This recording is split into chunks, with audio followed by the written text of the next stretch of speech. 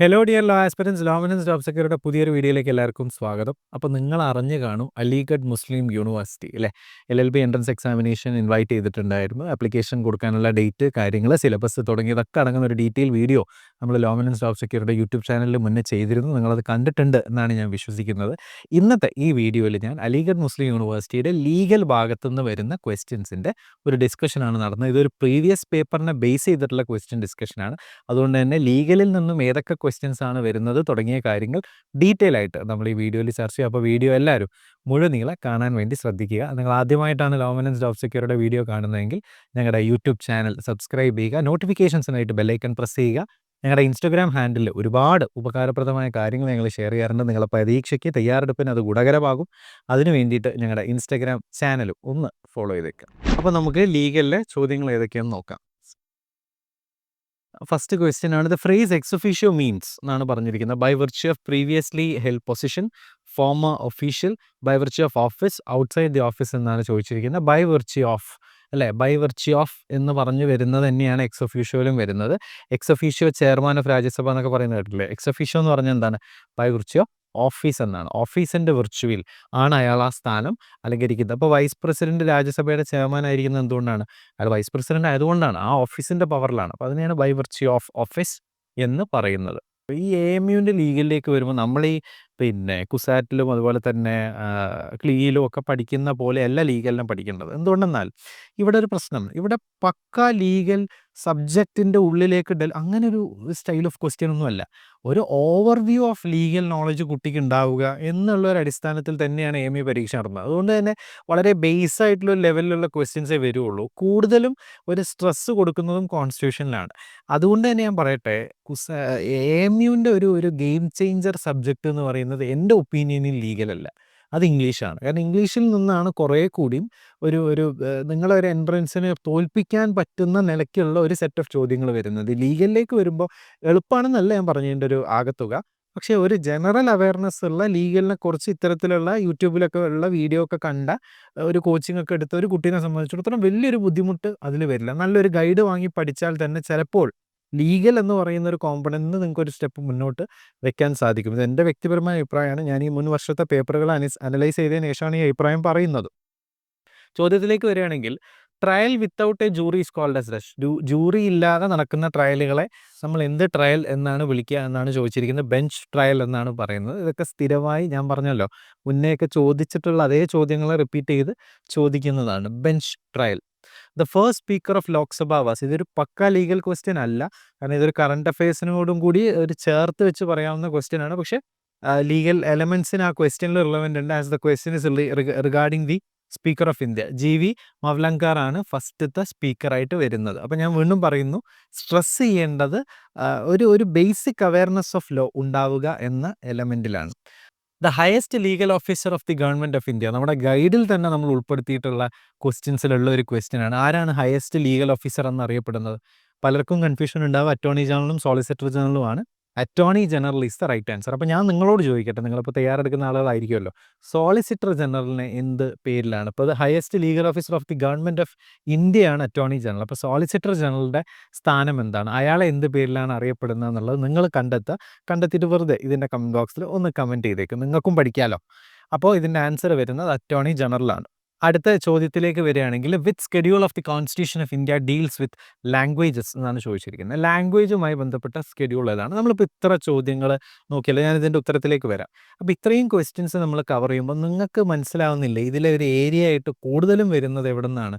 കോൺസ്റ്റിറ്റ്യൂഷനിൽ നിന്നാണ്. അത് തന്നെയാണ് നമ്മളിപ്പോൾ കഴിഞ്ഞ വർഷങ്ങളൊക്കെ പരിശോധിക്കുമ്പോൾ ജോബ് സെക്യൂരിറ്റിയുടെ മക്കൾ കൃത്യമായിട്ട് AMUവിൽ കിട്ടാൻ അവർക്ക് എൻട്രൻസ് ക്രാക്ക് ചെയ്യാൻ പറ്റുന്നതിൻ്റെ ഒരു പ്രധാനപ്പെട്ട കാരണം ഞങ്ങൾക്ക് ഈ ഏരിയ കൃത്യമായി അറിയാമെന്നുള്ളതാണ്. ഒരു പരീക്ഷയ്ക്ക് ഇപ്പോൾ കുസാറ്റിന് നിങ്ങൾ തയ്യാറെടുക്കുമ്പോൾ നിങ്ങൾ സ്ട്രെസ് ചെയ്യേണ്ട ഏരിയ ഏതാണ്?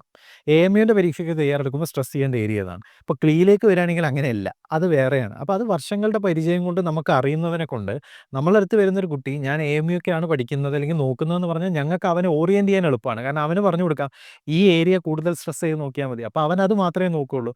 പകരം ഈ പരത്തി പഠിക്കുമ്പോൾ ഉള്ളൊരു പ്രശ്നം, ഒരാവശ്യമില്ലാത്ത ഒരുപാട് ഏരിയ, ഇപ്പോൾ law of tort, law of jurisprudence ഒന്നും ഒരു കാരണവശാലും AMUവിന് ഒരു കുട്ടി പഠിക്കണ്ട.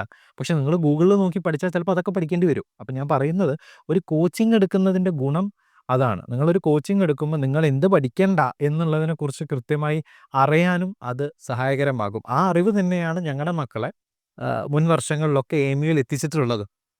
Which schedule of the constitution of India deals with languages എന്നാണ് ചോദിച്ചിരിക്കുന്നത്. ലാംഗ്വേജുമായി ബന്ധപ്പെട്ട ഷെഡ്യൂൾ ഏതാ? ലാംഗ്വേജുമായി ബന്ധപ്പെട്ട ഷെഡ്യൂൾ 8th ഷെഡ്യൂളാണ്. 8th ഷെഡ്യൂളിലാണ് ലാംഗ്വേജസിൻ്റെ കാര്യങ്ങൾ പറയുന്നത്. അടുത്തൊരു ക്വസ്റ്റ്യനിലേക്ക് പോകുമ്പോൾ, an out of court proceedings in which parties submit a dispute to a neutral person for a resolution is called as. നമ്മൾ ഈ ആൾട്ടർനേറ്റ് ഡിസ്പ്യൂട്ട് റെസൊല്യൂഷൻ്റെ ഒക്കെ ഭാഗമായിട്ട് വരുന്ന ഒരു ഔട്ട് ഓഫ് കോടതിക്ക് അപ്പുറം നിന്നുകൊണ്ട് ഒരു വിഷയത്തിനെ സെറ്റിൽ ചെയ്യാൻ വേണ്ടി ശ്രമിക്കുമ്പോൾ ആ പേഴ്സണ്, അതിൻ്റെ എക്സ്റ്റേണൽ ആയിട്ട് നിൽക്കുന്ന പേഴ്സണെ വിളിക്കുന്ന പേരെന്താണ് എന്നാണ് ചോദിച്ചിരിക്കുന്നത്. What is the right answer? Arbitration എന്നുള്ള ആ ഒരു പ്രക്രിയനെ ആർബിട്രേഷൻ എന്ന പേരിലാണ് അറിയപ്പെടുക. ആർബിട്രേഷൻ മാത്രമല്ല കേട്ടോ, ആർബിട്രേഷൻ ഉണ്ട്, മീഡിയേഷൻ ഉണ്ട്, കൺസീലിയേഷൻ ഉണ്ട്, നെഗോസിയേഷൻ ഉണ്ട്. ഇതൊക്കെ ADRൻ്റെ ഡിഫറെൻറ്റ് മെക്കാനിസംസ് ആണ്. ഇതിൽ ഏതൊന്നും ചോദ്യങ്ങൾ വരാം. ഇത് മുൻ വർഷത്തെ ഒരു പേപ്പറാണ്. ആ പേപ്പറിൽ ആർബിട്രേഷനുമായി ബന്ധപ്പെട്ടാണ് ചോദ്യങ്ങൾ വന്നിരുന്നത് എന്ന് മാത്രം കേട്ടോ. അപ്പോൾ അതൊക്കെ ഒന്ന് നോക്കി പോവാം. ഇനി നമ്മൾ ചോദ്യങ്ങളിലേക്ക് വരികയാണെങ്കിൽ, in the Indian polity ultimate sovereignty rest with എന്നാണ് ചോദിച്ചിരിക്കുന്നത്. ഇന്ത്യൻ പോളിറ്റി പ്രകാരം അൾട്ടിമേറ്റ് സോവറിനിറ്റി ആർക്കാണ്? The people. കാരണം ജനങ്ങളാണല്ലോ ഗവൺമെന്റിനെ തിരഞ്ഞെടുക്കുന്നത്. അപ്പോൾ ചോദ്യം വളരെ കൃത്യമാണ്. അൾട്ടിമേറ്റ് സോവറിനിറ്റി എന്നാണ് പറയുന്നത്. അൾട്ടിമേറ്റ് സോവറിനിറ്റി എന്നല്ല, അൾട്ടിമേറ്റ് ഏറ്റവും അന്തിമമായത് ആരുടെ കയ്യിലാണ്? അത് ജനങ്ങളുടെ കയ്യിലാണ് എന്നുള്ളതാണ് അതിൻ്റെ ആൻസറായിട്ട് വരുന്നത്. Right to privacy under the constitution is a privacy. Constitution പ്രകാരം എന്താണ് പ്രൈവസിക്കുള്ള അവകാശം? പ്രൈവസിക്കുള്ള അവകാശം it's a fundamental right, article 21 of the constitution. ലൈഫിൻ്റെ ഭാഗമാണ് പ്രൈവസി എന്ന് KS പുട്ടസ്വാമിയുടെ ജഡ്ജ്മെൻറ്റിൽ പറഞ്ഞിട്ടുണ്ട്. KS പുട്ടസ്വാമി എന്ന പേരും ഒരുപാട് ബഹുമാനത്തോടു കൂടി ഈ അവസരത്തിൽ ഓർക്കാൻ ഞാൻ ആഗ്രഹിക്കുകയാണ്. ലീഗൽ ലൂമിനറി ആയിരുന്നു അദ്ദേഹം. സമഗ്രമായ സംഭാവനകൾ ഇന്ത്യൻ നീതിന്യായ വ്യവസ്ഥയ്ക്ക് നൽകിയിട്ടുള്ള ആളാണ്. കഴിഞ്ഞ ഒരു 6 മാസത്തിൻ്റെ കാലയളവിനിടയിലായിരുന്നു അദ്ദേഹത്തിൻ്റെ മരണം. അപ്പോൾ അദ്ദേഹവുമായി ബന്ധപ്പെട്ട ചോദ്യങ്ങൾ ഈ വർഷത്തെ എൻട്രൻസിന് വരാനുള്ളൊരു സാധ്യതയുണ്ട്. അപ്പോൾ അതൊന്ന് നോക്കി പോകുന്നത് നന്നായിരിക്കും. അദ്ദേഹം പറഞ്ഞ വിധിന്യായങ്ങൾ, അദ്ദേഹം പെൻ ചെയ്തിട്ടുള്ള ജഡ്ജ്മെൻറ്റ്സിൽ നിന്നൊക്കെ ക്വസ്റ്റ്യൻസ് ചിലപ്പോൾ ഉണ്ടാവാം. റേഷ്യോ ഡെസിഡൻറ്റി എന്നാൽ എന്താണ്? റേഷ്യോ ഡെസിഡൻറ്റിയും ഒബിക്റ്റർ ഡിക്റ്റയും പലർക്കും കൺഫ്യൂഷൻ ഉള്ള ഒരു കോൺസെപ്റ്റാണ്. ഒരു കേസിൽ കോടതി തീരുമാനിച്ച ആ തീരുമാനം എടുക്കാനുള്ള കാരണം, the reason for the decision, അതിനെയാണ് നമ്മൾ എന്ത് പറയുക? റേഷ്യോ ഡെസിഡൻറ്റി എന്ന് പറയുക. A judicial decision, part of the judgment which possesses authority, any observation made by the court which goes beyond the requirement, and observation made by the judge എന്നാണ് പറഞ്ഞിരിക്കുന്നത്. Part of the judgment which possesses authority. കാരണം ഈ ratio ഡെസിഡൻറ്റി ആണ് പിന്നീട് വരുന്ന കേസുകളിൽ കോടതി പരിഗണിക്കുക. അപ്പോൾ പഴയ ജഡ്ജ്മെൻറ്റ് എടുക്കുന്ന സമയത്ത് പഴയ ജഡ്ജ്മെൻറ്റിൽ എല്ലാ കാര്യങ്ങളും എടുക്കില്ല. പഴയ ജഡ്ജ്മെൻറ്റിൽ റീസൺ ഫോർ ദി ഡിസിഷൻ എന്തായിരുന്നോ അതിനെ മാത്രമാണ് പിന്നീടുള്ള കേസുകളിൽ കോടതി പരിഗണിക്കുക. യെസ്, എത്ര നേരം നമ്മൾ ചർച്ച ചെയ്തിട്ട് ആദ്യമായിട്ടാണ് ക്രൈമിൽ നിന്നൊരു ക്വസ്റ്റ്യൻ നമ്മുടെ മുന്നിലേക്ക് വന്നിരിക്കുന്നത്. ക്വസ്റ്റ്യൻ ഇങ്ങനെയാണ്: crimes usually involving cunning and deceit rather than physical force is called as. ചതിക്കുക, അതുപോലെ തന്നെ പറ്റിക്കുക, ഇതാണ് കൂടുതലുള്ളത്. അല്ലാതെ ഒരു ഫിസിക്കൽ ഫോഴ്സ് ഇല്ലാത്ത ക്രൈമുകളെ എന്ത് ക്രൈമുകൾ എന്നാണ് വിളിക്കുക എന്നാണ് ചോദിച്ചിരിക്കുന്നത്. വൈറ്റ് കോളർ ക്രൈംസ് ആണ്. ഇപ്പം ഞാൻ നിങ്ങളെ ഫോണിൽ വിളിച്ചു കഴിഞ്ഞാൽ ആദ്യം കേൾക്കുന്ന ഒരു കാര്യമുണ്ട്. എന്താ അത്? പിന്നെ സെബിയിൽ നിന്നോ RBIയിൽ നിന്നോ ബാങ്കിൽ നിന്നോ CBIയിൽ നിന്നോ എന്നൊക്കെ പറഞ്ഞിട്ട് നിങ്ങളാരും വിളിച്ചു കഴിഞ്ഞാൽ നിങ്ങൾ ഡീറ്റെയിൽസ് കൊടുക്കരുത് എന്ന് പറയുന്നൊരു പരസ്യം ഉണ്ടല്ലോ. ഇതൊക്കെ വൈറ്റ് കോളർ ക്രൈംസ് ആണ്. എന്ന് പറഞ്ഞാൽ നിങ്ങളെ ഫിസിക്കലി ഒഫൻഡർ ഒന്നും ചെയ്യുന്നില്ല, നിങ്ങളെ വന്ന് കുത്തുകയോ തല്ലുകയോ പിടിക്കുകയോ ഒന്നും ചെയ്യുന്നില്ല, പക്ഷേ നിങ്ങളെ പറ്റിക്കുകയാണ്. അപ്പോൾ അത്തരം ക്രൈംസിനെ നമ്മൾ വിളിക്കുന്ന പേരാണ് വൈറ്റ് കോളർ ക്രൈംസ്. ഇനിയുള്ള കാലഘട്ടത്തിൽ വൈറ്റ് കോളർ ക്രൈംസ് കൂടും എന്നാണ് റിപ്പോർട്ടുകളൊക്കെ പറയുന്നത്.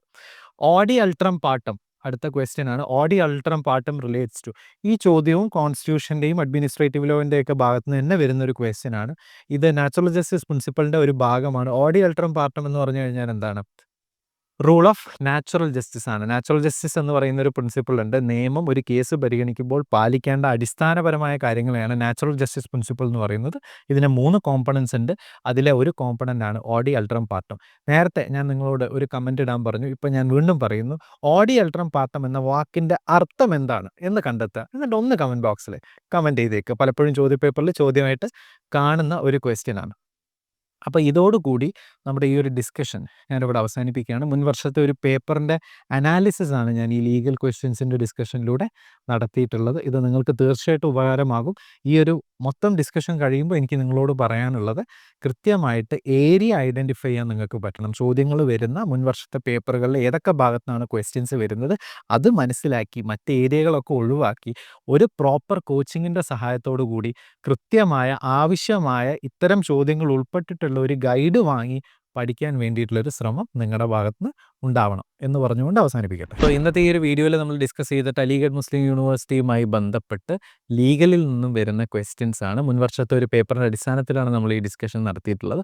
അപ്പോൾ ഇത്തരത്തിൽ ഞാൻ വീഡിയോയിൽ പറഞ്ഞ പോലെ തന്നെ ഏരിയ ഏതെന്ന് ഐഡൻറ്റിഫൈ ചെയ്തിട്ട് കൃത്യമായിട്ട് വേണ്ടാത്തത് ഒഴിവാക്കി വേണ്ടത് മാത്രം പഠിക്കാനുള്ളൊരു ശ്രമം നിങ്ങളുടെ ഭാഗത്തുനിന്നുണ്ടാവണം. ഇംഗ്ലീഷാണ് ഗെയിം ചേഞ്ചർ എന്ന് പറയുന്ന വാക്ക് ഞാൻ ഒരിക്കൽ കൂടി പറയട്ടെ. അതും ശ്രദ്ധിച്ച് ഇംഗ്ലീഷിലെ ഏരിയാസും കൂടി കുറച്ചും കൂടി നന്നായിട്ട് നോക്കാൻ വേണ്ടി ശ്രമിക്കണം. മറ്റൊരു വീഡിയോയിൽ ഇംഗ്ലീഷിലെ മുൻ വർഷത്തെ ചോദ്യങ്ങളുമായിട്ട് ഞാൻ നിങ്ങളുടെ മുന്നിൽ വരും എന്നും കൂടി പറയാൻ ഈ അവസരത്തിൽ ആഗ്രഹിക്കട്ടെ. നിങ്ങൾ ആരെങ്കിലും ഒരു സിസ്റ്റമാറ്റിക് ആയിട്ടുള്ള പ്രിപ്പറേഷൻ ആഗ്രഹിക്കുന്നുണ്ടെങ്കിൽ നിങ്ങൾക്ക് ജോബ് സെക്യൂർ അപ്രോച്ച് ചെയ്യാം. ഞങ്ങളുടെ അഡ്മിഷൻസ് ഇപ്പോഴും ഓപ്പൺ ആണ്. AMUനും കുസാറ്റിനും തയ്യാറെടുക്കുന്ന LLBക്ക് തയ്യാറെടുക്കുന്ന കുട്ടികൾക്ക് ഞങ്ങൾ ഇപ്പോഴും അഡ്മിഷൻസ് എടുക്കുന്നുണ്ട്. അഡ്മിഷനുമായി ബന്ധപ്പെട്ട കാര്യങ്ങൾക്ക് താഴെ കാണുന്ന നമ്പറിൽ നിങ്ങൾക്ക് ബന്ധപ്പെടാവുന്നതാണ്. മറ്റൊരു വീഡിയോ ആയിട്ട് കാണാം. Thank you so much.